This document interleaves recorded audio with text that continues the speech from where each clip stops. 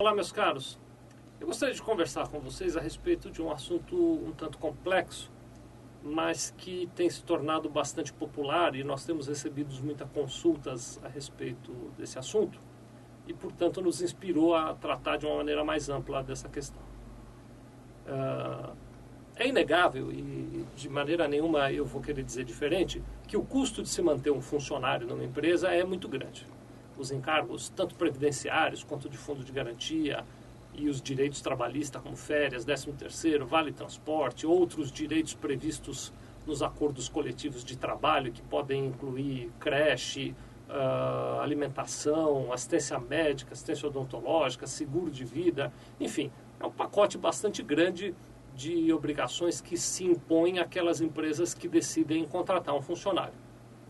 E também é óbvio que as empresas se sintam tentadas a buscar alternativas para reduzir esse custo de ter um funcionário registrado através da CLT. Vocês todos devem ter acompanhado, durante muito tempo, por exemplo, as pessoas, ao invés de serem contratadas como CLT, elas eram impelidas a abrir uma empresa e a fornecer uma nota fiscal.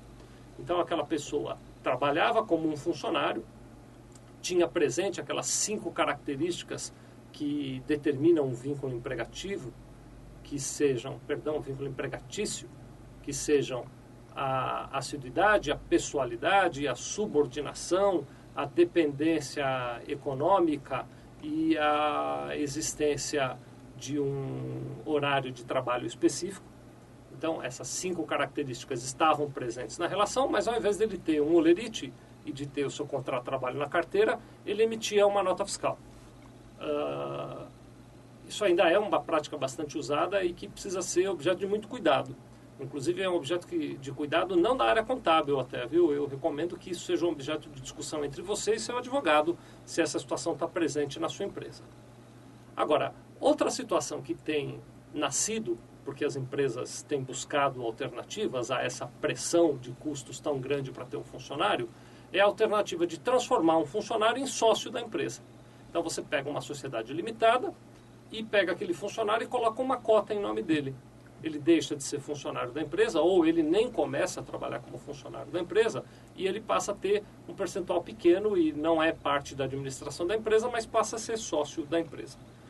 Com essa operação, você deixa de ter uma relação trabalhista, passa a ter uma relação societária, paga ali um prolabore, ou nem paga um prolabore para aquele trabalhador, paga parte da remuneração dele como distribuição de lucros, enfim, cria uma situação tal que diminui, pelo menos a primeira análise, diminui a pressão dos custos de ter um funcionário registrado.